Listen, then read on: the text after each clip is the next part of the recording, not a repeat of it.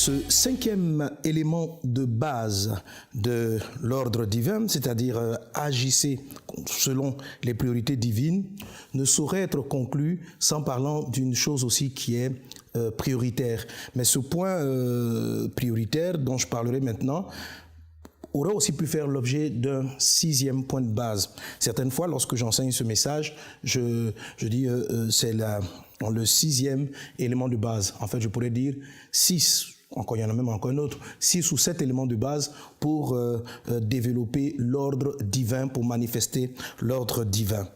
Alors, cet élément-là, qui fait partie de l'ordre divin, c'est l'élément du repos. Amen. Dites avec moi le repos. Appelé encore dans la parole de Dieu le sabbat. Le sabbat, c'est quelque chose d'extrêmement important. Sans le repos, votre âme, votre être intérieur n'arrivera pas à renouveler ses forces. Pour avoir une bonne organisation intérieure, il est important de savoir prendre du repos, de savoir prendre du recul, et nous voulons voir cela dans la parole de Dieu. On avait lu précédemment que lorsque les malades touchaient Jésus, une force sortait de Jésus, une force sortait du Christ. Et en observant, en lisant attentivement le Nouveau Testament, vous vous rendrez compte que Jésus, comme les disciples, cultivait le temps de repos. Il prenait du temps pour pouvoir se reposer. Et je vous assure, chers amis, c'est très important. Le repos permet à Dieu de renouveler votre énergie, votre force intérieure. Vous savez, même pour manifester de l'amour, il faut de l'énergie, il faut de la force. Quand vous êtes beaucoup fatigué, quand émotionnellement vous êtes fatigué, ou bien encore, plus vous êtes fatigué émotionnellement, plus il vous sera difficile, par exemple, de pardonner, plus il vous sera difficile de manifester de la joie. Donc la joie, les fruits de l'esprit sont de l'énergie qui émane de nous. Et toutes ces choses-là ont besoin d'un temps de restructuration, de restauration, afin de pouvoir être renouvelé, afin de pouvoir renouveler les forces. Dieu même dans son organisation divine s'est reposé le 7e jour. La Bible dit dans le livre de Exode chapitre 20 verset 11, Exode chapitre 20 verset 11, car en 6 jours l'Éternel a fait les cieux, la terre et la mer et tout ce qui y est contenu. Et il s'est reposé le 7e jour. C'est pourquoi l'Éternel a béni le jour du repos et l'a sanctifié. Beaucoup de personnes sont épuisées et sont désordonnées dans leur vie, n'arrivent plus à faire convenablement les choses dans leur vie, n'arrivent plus à marcher dans la voie de leur vie parce que tout simplement leur corps, leur âme ou leur esprit sont fatigués. Ils ont de la fatigue. Lorsqu'on est fatigué, on va se mettre, même on peut se mettre à genoux pour prier et ne même pas être concentré, ne pas pouvoir être concentré, ne pas pouvoir toucher la présence de Dieu. Dieu veut que tu te reposes. Si tu veux qu'il y ait de l'ordre dans ton être intérieur, si tu veux respecter le principe de l'ordre divin, il faut te reposer. Dieu dit, la Bible dit que Dieu a sanctifié ce jour-là. Amen. Il a sanctifié le jour du sabbat. Je ne veux pas venir à la doctrine de savoir s'il faut célébrer le sabbat. Je dirais peut-être un mot là-dessus, n'est-ce pas? Mais ce dont il est question, c'est l'élément du repos. Dieu a travaillé, Dieu a fait des œuvres et Dieu qui est tout puissant, Dieu qui a toute énergie, s'est reposé. Alors j'ai envie de vous dire, toi qui n'es pas divin, toi qui n'es pas Dieu et qui mène tes activités, qui mène tes travaux, comment n'aurais-tu pas besoin à toi aussi de repos? Si Dieu le Tout-Puissant, celui qui ne sommeille ni ne dort, va jusqu'à se reposer. Le repos est une chose qui est indispensable pour l'être humain et pour toute la nature. Une des choses qui fait que le monde est en train de plonger dans une forme de chaos. C'est vrai qu'il y a de belles choses qui se passent dans ce monde, mais les guerres, les troubles, les problèmes alimentaires, les calamités même naturelles, les calamités de la terre, etc., sont souvent des conséquences du manque de repos de la terre. Du manque de repos de la terre. Tout doit se reposer et nous allons voir cela dans la parole de Dieu. Cela fait partie de l'ordre divin. Amen.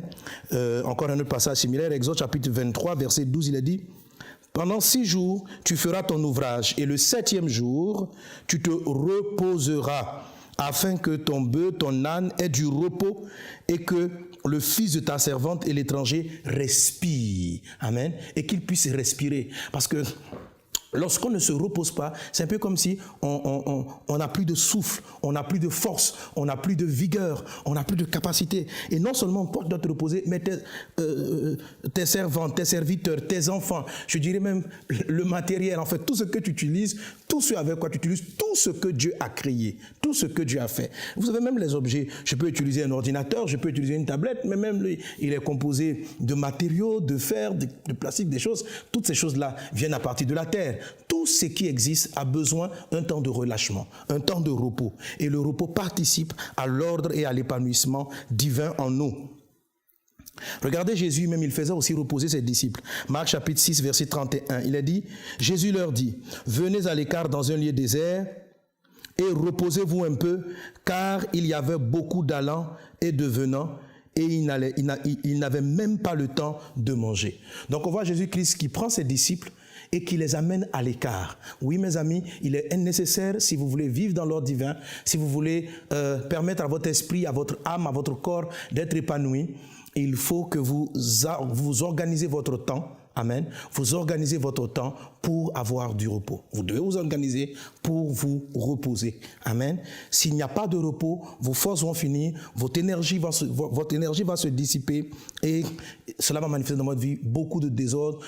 Souvent l'irritabilité, l'irritation, le stress, la dépression, etc.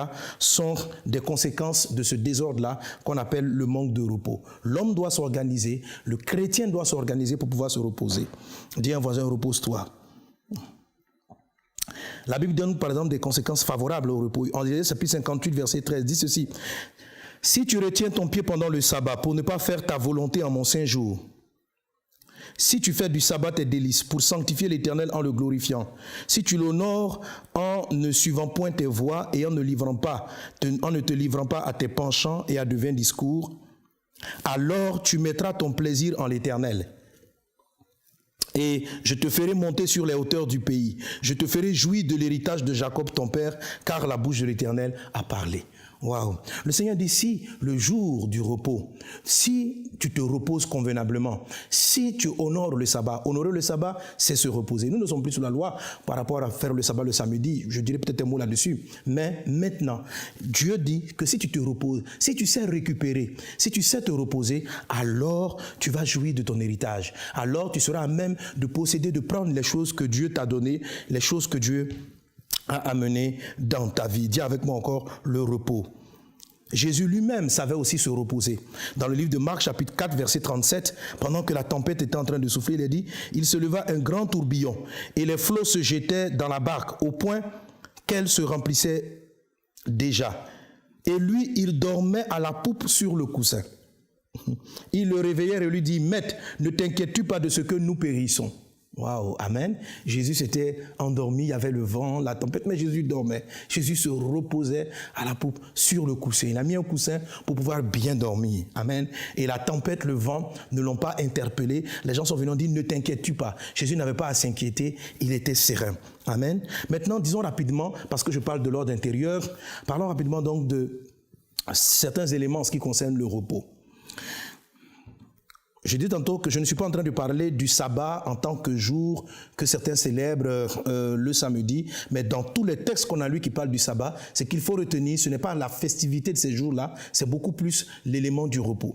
Il n'est pas dit que Dieu a travaillé, 6 jours et il s'est reposé le samedi. On n'a pas dit le samedi, on dit le 7e jour. Dieu a comme établi un cycle où il a travaillé 6 jours et le 7e jour se reposer. Si vous commencez à travailler un mardi, le 7e jour tombera, je ne sais plus, quelque part le mardi qui va suivre le mercredi. Donc, il ne s'agit pas d'une affaire de jour. La Bible dit que nous ne sommes plus sous ces rites-là, qu'on ne nous juge plus selon les sabbats, les lunes, les époques, etc. Mais le principe du repos demeure. Le principe du repos demeure. Le principe de la récupération demeure. Et on voit Jésus-Christ dans le Nouveau Testament qui prenait ses disciples, qui les mettait à l'écart, comme on l'a lu tout à l'heure, pour qu'ils puissent se reposer. On voit Jésus-Christ lui-même qui développait le phénomène et le travail, le fait de se reposer. Ça lui donnait de récupérer, de renouveler ses forces, de continuer, afin de pouvoir continuer encore à aider à guérir. Rappelez-vous le témoignage dont je parlais tantôt de ce jeune frère qui donnait de l'aide. Il était sollicité constamment, il aidait tout le monde, À un moment donné, il était épuisé. Le diable l'a eu par l'épuisement. Quel type d'épuisement le diable a utilisé? Car il faut savoir qu'il y a 3 niveaux d'épuisement. Il y a l'épuisement de votre esprit, il y a l'épuisement de votre âme, et il y a aussi l'épuisement de votre corps physique. Amen. Lorsqu'on parle du repos selon Dieu, et on va le voir dans quelques textes, lorsqu'on parle du repos selon Dieu, il ne consiste pas seulement à ne pas aller au travail le dimanche, n'est-ce pas, ou à ne pas aller au travail le lundi, à choisir un jour où on ne va pas au travail. C'est juste un aspect du repos. Vous pouvez ne pas être au boulot, vous pouvez ne pas être en activité, tandis que votre âme n'est pas en train de se reposer. Votre âme n'est pas au repos. Quand même cette journée finira, la journée que vous avez décrétée comme journée du repos, si votre âme n'a pas pris le temps de se restaurer, quand vous allez reprendre les activités, c'est comme si vous ne vous étiez pas reposé. Le corps se fatigue, l'âme se fatigue et l'esprit se fatigue. N'oubliez pas que l'homme est un être trinitaire. Il est corps, âme et esprit. Toutes ces 3 entités ont besoin d'être ressourcées, de se reposer. Alors, comment chacune d'entre elles se repose? Commençons par le corps physique. Le corps physique, on le sait, il se repose lorsqu'il dort. Lorsqu'il est assis, lorsqu'il est posé, il se repose lorsqu'il dort. Lorsque on dort, comme Jésus le faisait, on a vu tout à l'heure, Jésus dormait. Le fait de dormir repose le corps physique. Mais on peut même dormir physiquement tandis que l'âme est en activité. Donc ce n'est pas un sabbat réel, ce n'est pas un sabbat complet quand l'âme est en activité. Qu'est-ce qui épuise l'âme? L'âme est fatiguée par ses charges, par les fardeaux qu'il porte. Alors je quitte mon travail aujourd'hui, je choisis ce jour-là comme jour de repos, mais mon âme est en train de réfléchir. Comment je vais résoudre ce problème? Mais c'est compliqué la journée. Mais mes parents et ma famille. Vous voyez, votre corps est peut-être en train de se reposer, mais pas votre âme. Ça fait du désordre. Il faut savoir organiser votre journée. Il faut détacher l'âme. Il faut vous détacher émotionnellement des choses. L'âme n'est pas fatiguée parce que vous soulevez un objet. L'âme n'est pas fatiguée physiquement. L'âme évolue dans une autre sphère. L'âme n'est pas fatiguée parce que vous soulevez. C'est le muscle qui sera fatigué quand vous soulevez un objet qui est lourd. Quand vous marchez longuement, c'est le corps physique qui sera épuisé. Il est épuisé, mais l'âme aussi est épuisée. Parce que l'âme travaille. Comment l'âme travaille? L'âme est chargée d'affection, d'émotion. Donc, dans toutes les activités que nous faisons, il y a une charge émotionnelle, une charge émotionnelle, affective, que nous donnons à ce que nous faisons. Par exemple, physiquement, vous pouvez arriver au travail, mais votre âme n'y est pas. Votre âme n'y est pas. Vous ne vous donnez pas corps-âme, comme on le dit.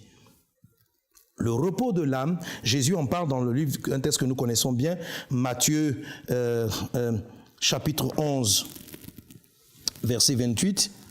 Il dit ceci: « Venez à moi, vous tous qui êtes fatigués et chargés, amen, et je vous donnerai du repos. » Jésus parle ici d'un repos. Notez bien que le sabbat aussi, c'est le repos. Jésus dit, je vous donnerai du repos. Le repos dont il est question, ce n'est pas vous donner une journée où vous allez être sans activité. Il s'agit plutôt du repos de l'âme. Il dit, venez à moi, vous tous qui êtes fatigués et chargés, et je vous donnerai du repos. Donc lorsqu'on est chargé par nos préoccupations, par nos responsabilités, la responsabilité de nos enfants, donc vous pouvez quitter votre travail et arriver à la maison et votre âme est chargée. Je dois faire ceci. Votre âme est chargée. L'âme est chargée par quoi? Par souvent... on se sent responsable, on se dit que si je ne fais pas cette affaire, si je ne fais pas ce travail, personne ne le fera. Généralement, les personnes qui ont des difficultés à avoir le repos dans l'âme, sont des personnes hyper responsables. Voilà. Elles ont même fini le travail, elles rentrent à la maison, elles se soucient, elles portent la charge du travail, elles portent constamment la charge du travail. Et à la fin, ces âmes finissent par être chargées. Il y a aussi les blessures, les coups de la vie qui chargent l'âme. Parce que tout cela, ce sont des soutiens émotionnels. Par exemple, la Bible dit... avec votre mari, vous devez être toujours convenante, avec votre femme aussi, toujours pareil. Vous devez donner de l'affection. Toutes ces choses-là peuvent contribuer à vous épuiser. Et des choses qui épuisent encore davantage l'âme, c'est l'amertume, la colère, l'irritation, sont des choses qui fatiguent beaucoup l'âme. Donc, l'âme est épuisée. Lorsque l'âme est épuisée, que faut-il faire? Jésus nous donne donc la solution dans le livre de Matthieu chapitre 11. Le sabbat de l'âme, le repos de l'âme, consiste à se décharger sur le Seigneur. Il dit, venez à moi vous tous qui êtes fatigués et chargés, je vous donnerai du repos. Prenez sur vous mon joug, il est doux et léger, et donnez-moi le vôtre. Il s'agit donc, quand vous êtes émotionnellement vous êtes chargé, il faut prier. parce qu'il faut prier et vous dire, Seigneur, je te donne le fardeau. C'est très important. Faites cette prière, elle vous paraît peut-être banale de prime abord, mais ça fonctionne. C'est-à-dire, à un moment donné, ça peut ressembler à une journée où vous devenez un peu, on dirait, presque insouciant. Oui, c'est un peu le mot. Amen. Notez bien ceci, le sabbat, ce n'est pas tous les jours. Il y a 6 jours, on travaille beaucoup plus qu'on ne se repose. Amen. Il y a 6 jours de travail pour 1 jour de repos. Ce que je suis en train de dire, n'allez pas faire 7 jours de repos pour 1 jour de travail. Ok? Donc, on travaille beaucoup plus, mais il y a un temps où on se relâche. Comment je décharge mon âme? C'est, je n'ai pas dit, je crois que le mot insouciant fait un peu négligence. C'est pas cela.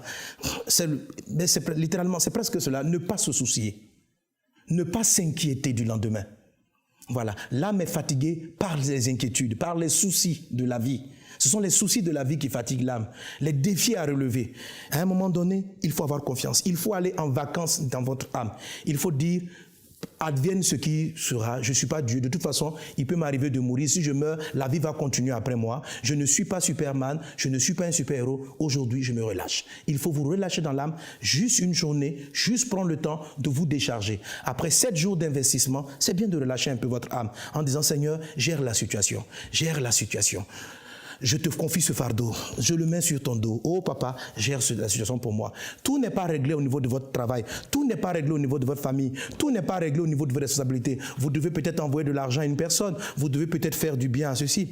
Mais pour le moment, vous n'avez pas les moyens de résoudre cela et c'est le jour de votre sabbat, c'est le jour de votre repos. Déchargez-vous sur le Seigneur. Amen. Donnez-lui ce fardeau, donnez-lui ce souci, laissez-le gérer cela. Et puis quand votre repos est fini, reprenez. Vous allez voir que vous avez de meilleures idées. Vous allez voir que émotionnellement, vous avez de meilleures dispositions à aller traiter le sujet que vous avez laissé la veille. Émotionnellement, vous serez beaucoup plus fort. Mais si vous partez, vous avez pris 1 jour de repos, mais que durant toute la journée du repos, vous vous souciez du travail du lundi, vous vous souciez du travail du mardi, vous vous souciez de toute la semaine, votre âme n'est pas en repos. Votre corps est peut-être en repos, mais pas votre âme. Et quand vous allez reprendre, vous n'allez pas avoir la force émotionnelle pour aller de l'avant. Qu'il en soit ainsi, apprenez à vous décharger. Le repos est indispensable. Amen. Et la dernière chose, c'est le repos de l'esprit. L'esprit, c'est par lui, vous avez, comment dire, votre focus, votre vision. L'esprit, c'est un peu comme Dieu. Dieu est esprit. La Bible dit Dieu s'est reposé le 7e jour. Ce n'était pas un repos physique, ce n'était pas un repos émotionnel, c'était un repos d'activité. Amen. C'était un repos d'activité. Lisons encore quelques autres passages qui vont nous aider à mieux saisir cela. Exode chapitre 35, verset 2. On travaillera 6 jours, mais le 7e jour sera pour vous une chose sainte. C'est le sabbat, le jour du repos consacré à l'Éternel. Celui qui fera quelques ouvrages ce jour-là sera puni de mort. Ça, c'est le texte tel que dit dans l'Ancien Testament. Amen. Tel que dit dans l'Ancien Testament. Il est juste. Il est juste. Nous sommes dans la grâce, nous sommes dans l'alliance. Mais le principe du repos demeure. Ce que Dieu nous fait comprendre, c'est que lorsqu'une âme ou un esprit ou un corps n'est pas en repos, la personne attire dans sa vie une forme de mort, une forme de cessation d'activité. Elle faiblit dans ses capacités, elle faiblit dans ses forces. Et il dit ceci, c'est le jour du repos consacré à l'Éternel.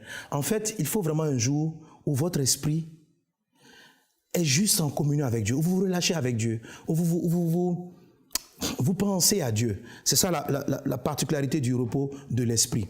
Il y a une différence entre penser au ministère et puis penser à Dieu. Au début, je ne comprenais pas trop le repos de l'esprit. Je croyais que, personnellement, quand je réfléchissais à comment organiser ma prochaine prédication, comment recevoir telle personne, comment organiser le futur programme, j'étais c'est vrai en train de servir Dieu, mais j'étais en train de penser à Dieu. Non, c'était pas cela. Mon esprit est en travail. Je suis en train de faire l'œuvre de Dieu, mais mon esprit est en travail. Le sabbat, il est différent. Ce jour-là, je ne pense pas à ma prédication, je ne pense pas à mes entretiens, je ne pense pas à l'organisation de mes programmes, mais je médite la présence de Dieu, l'amour de Dieu, la bonté de Dieu.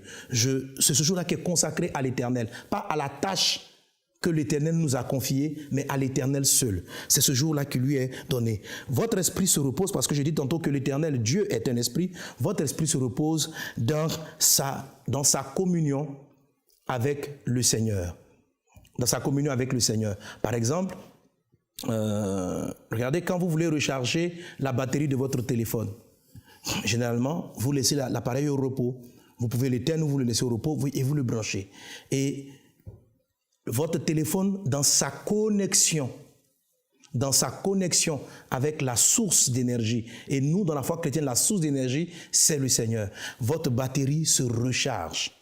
Si la batterie est déchargée, toutes les fonctionnalités de votre téléphone, de votre smartphone ne seront pas fonctionnelles. Elles ne pourront pas faire quelque chose. Vous pouvez avoir des calculettes à l'intérieur, vous pouvez avoir plein de choses dans votre téléphone, mais il faut de l'électricité pour qu'il puisse être fonctionnel. Alors quand vous utilisez, l'appareil est fatigué, l'appareil se décharge, il perd l'énergie. En quoi, qu'est-ce que devient son repos pour lui? Qu'est-ce que devient son sabbat pour lui? C'est d'aller être branché à la source. Pour nous, c'est Dieu. Et puis pour ressourcer les batteries. La Bible dit donc que l'esprit, n'est-ce pas, dans le repos de l'esprit, c'est de se reconnecter à Dieu. Pas à la tâche que Dieu a confiée. L'électricité vient dans le téléphone, dans le smartphone, pour qu'il puisse vous permettre de téléphoner, de faire vos activités sur votre téléphone, de consulter vos mails. Mais chaque fois que vous le faites, vous consommez de la batterie, vous consommez de l'énergie. Vous faites le travail du téléphone, mais vous consommez de l'énergie. Le téléphone doit se reposer. Le repos du téléphone, c'est d'être connecté à sa source. Le repos de l'esprit, c'est d'être connecté aussi à la source d'où il vient, c'est-à-dire dans l'adoration. C'est le jour où il faut adorer, c'est le jour où il faut chanter, mettez de la louange autour de vous. Voilà. L'Éternel parla à Moïse en Lévitique 25, versets 1 à 5.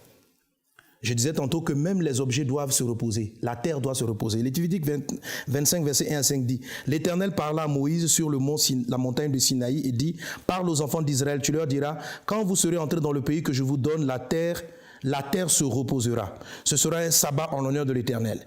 Pendant 6 années, tu ensemenceras ton champ. Pendant 6 années, tu tailleras ta vigne. Tu en recueilleras le produit. Mais la 7e année, ce sera un sabbat, un temps de repos pour la terre, un sabbat en l'honneur de l'Éternel. Tu n'ensemenceras point ton champ et tu ne tailleras point ta vigne. Tu ne moissonneras point ce qui proviendra des graines tombées de ta moisson et tu ne vendangeras point les raisins de ta vigne non taillés. Ce sera une année de repos pour la terre. Oui, tout ce que nous faisons aussi a besoin de prendre du repos.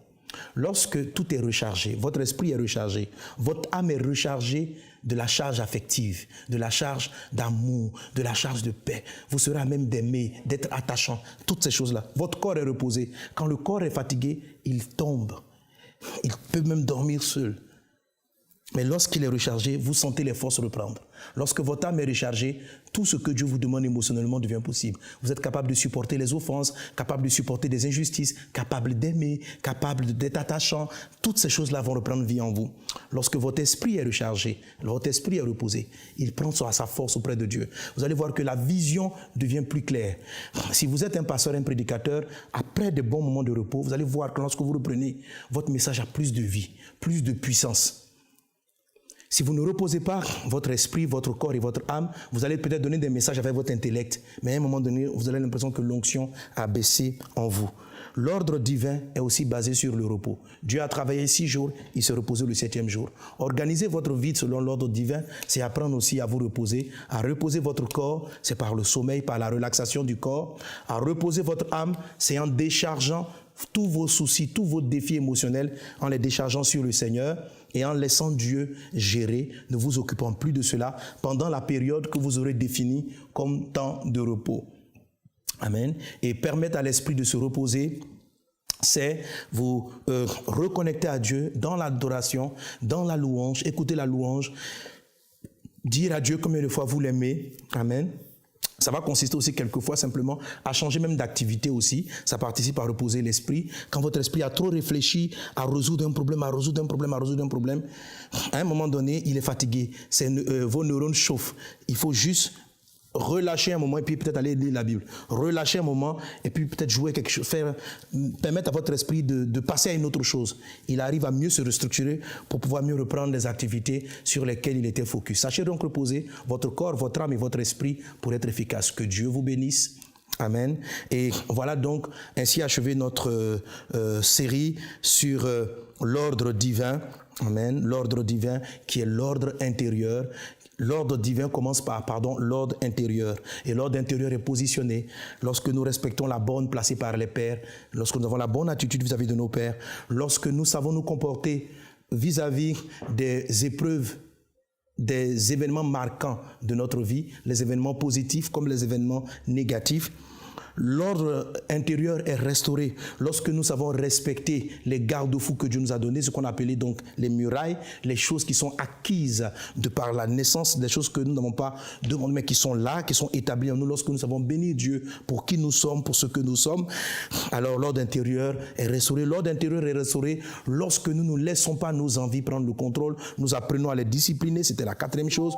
L'ordre intérieur est restauré lorsque nous agissons selon les priorités divines. N'oubliez pas les petits chiens et les petits-enfants. Amen. L'ordre intérieur donc est restauré ainsi. Et l'ordre intérieur est restauré lorsque, vous savez, vous reposez corps, âme et esprit. Que Dieu vous bénisse et que l'ordre divin soit votre partage dans le nom de Jésus. Si l'ordre divin est votre partage, vous allez voir, les choses seront tellement claires en vous que l'ordre après l'organisation de Jéthro, qui consiste en la délégation des choses, sera beaucoup plus aisé. Vous saurez où mettre les choses, qui choisir comme directeur, qui choisir comme responsable. Vous aurez le grand discernement de l'esprit, vous aurez le discernement du temps, des personnes, des époques et des périodes, et vous saurez agencer tout de manière beaucoup plus aisée, et vous serez épanoui dans toute votre vie. Que Dieu vous bénisse et que l'ordre divin soit votre partage. Amen. Cette émission est rendue possible grâce au précieux soutien des partenaires d'Enseigne-moi Canal International. Retrouvez tous nos programmes sur enseigne-moi.com.